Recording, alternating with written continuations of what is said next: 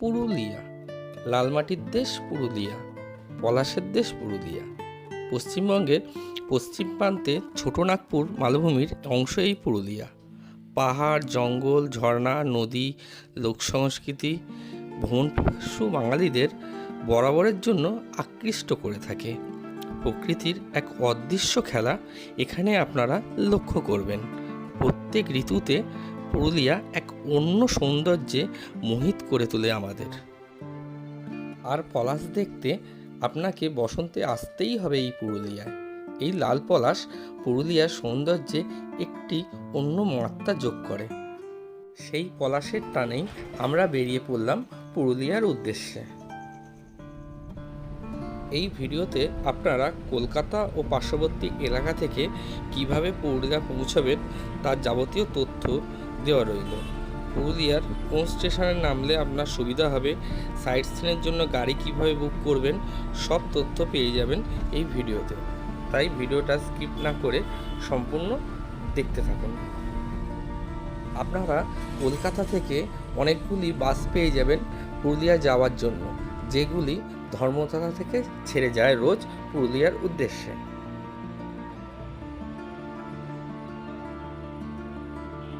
এছাড়াও কলকাতা থেকে অনেকগুলি ট্রেন পেয়ে যাবেন পুরুলিয়া যাওয়ার জন্য, যেমন train number 22857 Santragachi Anand Vihar superfast express, যেটি সোমবার ছাড়ে সাঁতরাগাছি থেকে পুরুলিয়া জাংশনের উদ্দেশ্যে রাত 10টার সময়। পৌঁছতে সময় নেয় 4 ঘন্টা 58 মিনিট। পরবর্তী ট্রেন 12883 রূপসী বাংলা এক্সপ্রেস, যেটি সপ্তাহের সোমবার করে সাঁতরাগাছি থেকে ছাড়ে পুরুলিয়া জাংশনের উদ্দেশ্যে 6:15 সময় নেয় 5 ঘন্টা 25 মিনিট। পরবর্তী ট্রেন হল 12827 হাওড়া পুরুলিয়া সুপারফাস্ট এক্সপ্রেস, সপ্তাহের প্রতিদিন হাওড়া জাংশন থেকে 4:50 পুরুলিয়া পৌঁছাতে সময় নেয় 5 ঘন্টা 35 minute. Train number 15021 Shalimar Gorakhpur express, মঙ্গলবার শালিমার স্টেশন থেকে রাত 8:20 ছাড়ে পুরুলিয়া জাংশনে পৌঁছয় রাত 1:40, সময় নেয় 5 ঘন্টা 18 মিনিট। পরবর্তী ট্রেন হল train number 18011 Howrah Chakradharpur express, কেউ কেউ এটাকে বোকারো এক্সপ্রেস বলেও চেনে। সপ্তাহের প্রতিদিন রাত 12:05 হাওড়া জাংশন থেকে ছেড়ে যায়, ভোর 6:20 পুরুলিয়া জাংশনে পৌঁছয়, সময় নেয় 6 ঘন্টা 15 মিনিট। কত নম্বর প্ল্যাটফর্মে? চক্রধরপুর।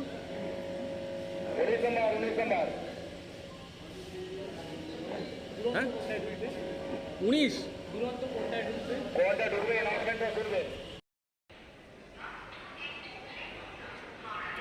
অনুসন্ধান অফিস থেকে কত নম্বর প্ল্যাটফর্মে আপনার ট্রেন আসবে সেটা কনফার্ম হয়ে নেওয়াই ভালো। সেটা জানার পর আমরা 19 নম্বর প্ল্যাটফর্মের সামনে ওয়েটিং এরিয়ায় অপেক্ষা করতে থাকলাম। অ্যানাউন্সমেন্ট শুনে একটু অবাকই হলাম। আমাদের ট্রেন 18011 চক্রধরপুর এক্সপ্রেস 20 নম্বর প্ল্যাটফর্মে আসছে। আপনাদের যাদের টিকিট আরএসি বা ওয়েটিং লিস্টে থাকবে তারা এখান থেকে আপনার ফাইনাল চার্ট দেখে নিতে পারবেন।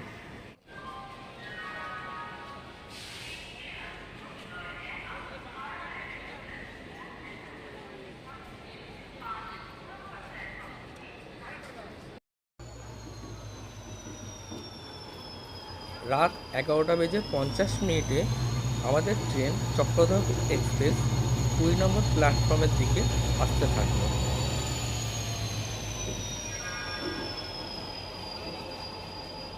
এই প্রসঙ্গে বলে রাখি, এই ট্রেনটি আদ্রা জাংশনে গিয়ে ভাগ হয়ে যায়।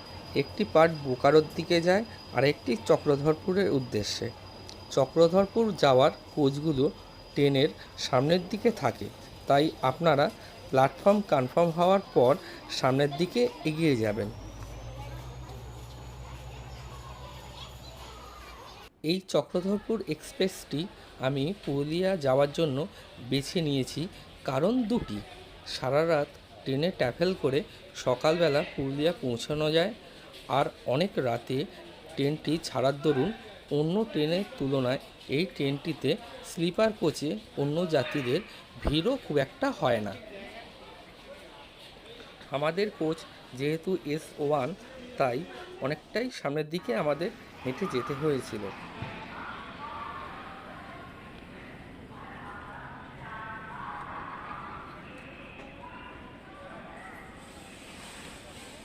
অবশেষে এসে দেখা মিলল S1 কোচের।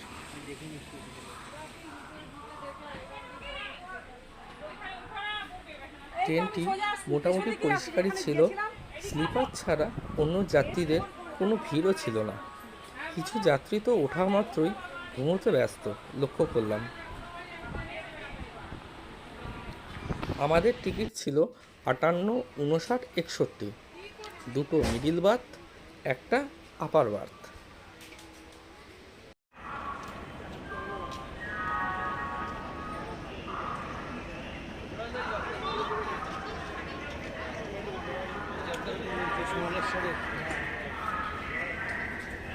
হে গাইস, আমি এখন আছি হাওড়া স্টেশনের 20 নম্বর প্ল্যাটফর্মে।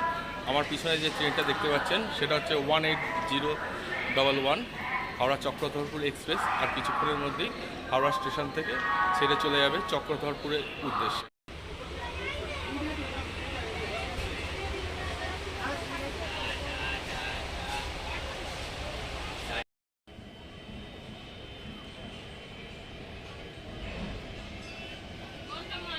প্রায় রাইট টাইমেই আমাদের ট্রেন ছেড়ে দিল।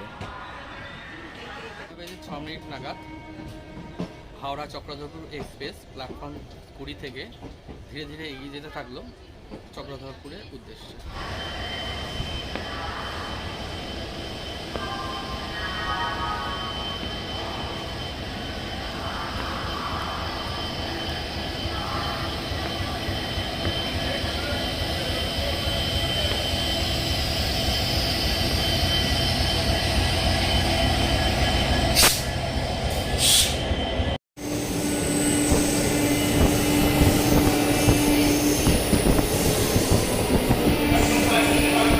ট্রেন অলরেডি লেনেই চলছে।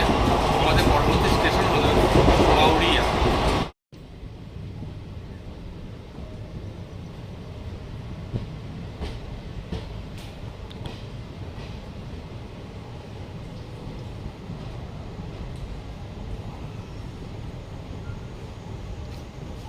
অনেক রাত হয়ে গেছে, এবার শুয়ে পড়তে হবে। তো দেখা হচ্ছে সকালবেলা লালমাটির দেশে বরাভূম স্টেশনে। গুড নাইট, শুভরাত্রি।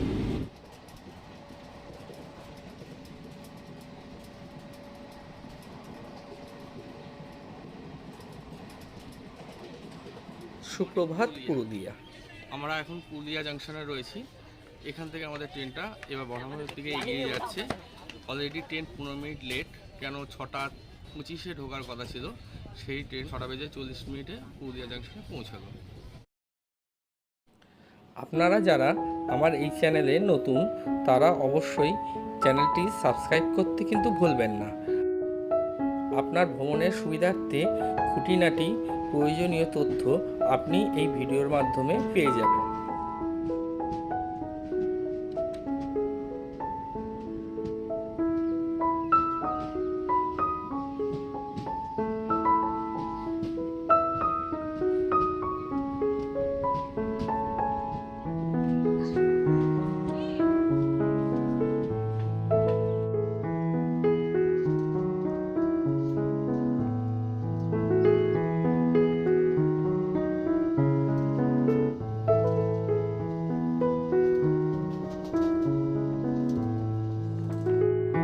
পুরুলিয়া পৌঁছানো মাত্রই দেখা পেলাম সেই বহু আকাঙ্ক্ষিত পলাশের, যার টানে এত দূর ছুটে আসা। কথায় আছে, সূর্যের রশ্মি যত প্রখর হয়, পলাশ তত লাল হয়ে ওঠে।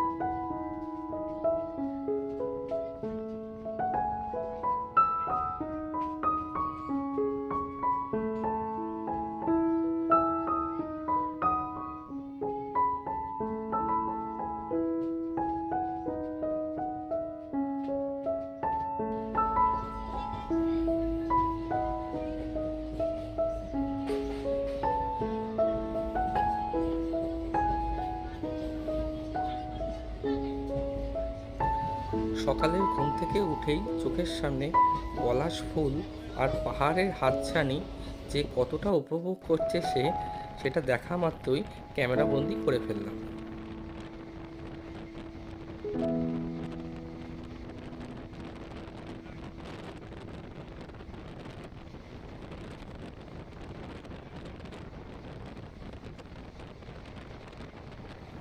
শাল, শিমুল, পলাশ দিয়ে ঘেরা মাঠের মাঝখান থেকে আমাদের ট্রেন ছুটে চলল পরবর্তী স্টেশন বরাভূমের উদ্দেশ্যে।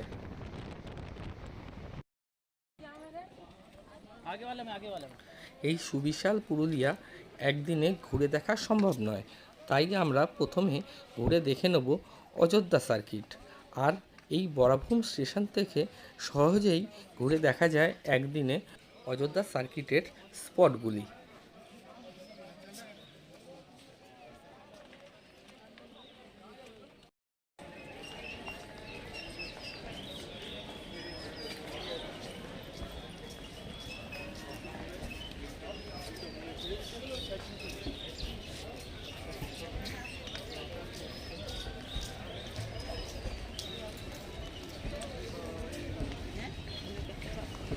বরাভূম স্টেশনে নামার পর আমাদের ট্রেন চক্রধরপুর এক্সপ্রেস আমাদের বিদায় জানিয়ে এগিয়ে যেতে থাকলো চক্রধরপুরের উদ্দেশ্যে।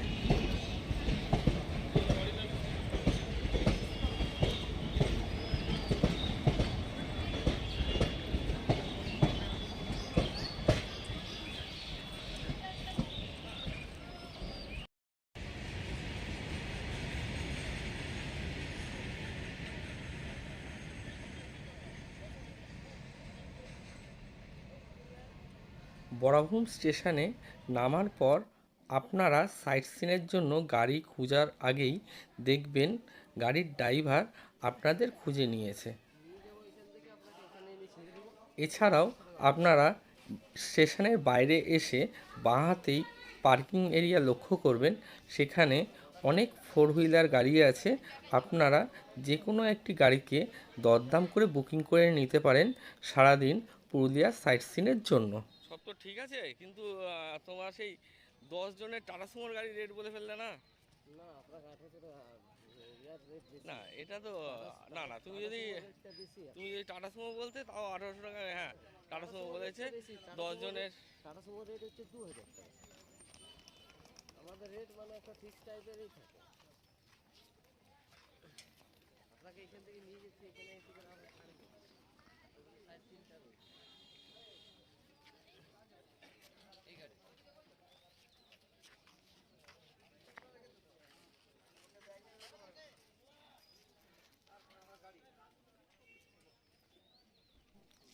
সকালবেলাটা শুরু করলাম পুরুলিয়ার এক কাপ চা দিয়ে। আমাদের এই যাত্রাপথে পরে যদি কোনো খাবারের দোকান না পাই সেরকম, তাই আমরা এখান থেকে টিফিনটা তুলে নিলাম। আপনারাও মনে করলে আপনাদের প্রথমের জলখাবারটা এখান থেকে করে নিতে পারেন। বরাভূম স্টেশনের বাইরে থেকে আমরা একটা 4 চাকা গাড়ি বুক করেছি। 1700 টাকার বিনিময়ে আমাদের এখানকার অযোধ্যা সার্কিটের সব জায়গাগুলো ঘুরে দেখাবে।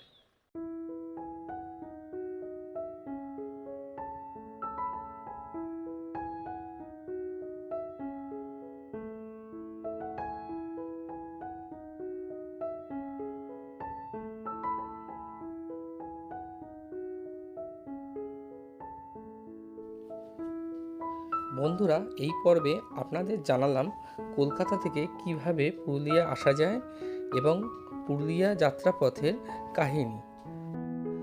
আগামী পর্বে আপনাদের ঘুরে দেখাবো অযোধ্যা সার্কিটের সমস্ত ট্যুরিস্ট স্পটগুলি। এই ভিডিওটি ভালো লাগলে লাইক ও কমেন্ট করতে কিন্তু ভুলবেন না। সবাই সুস্থ থাকবেন, ভালো থাকবেন। তবে দেখা হচ্ছে আগামী পর্বে। নমস্কার।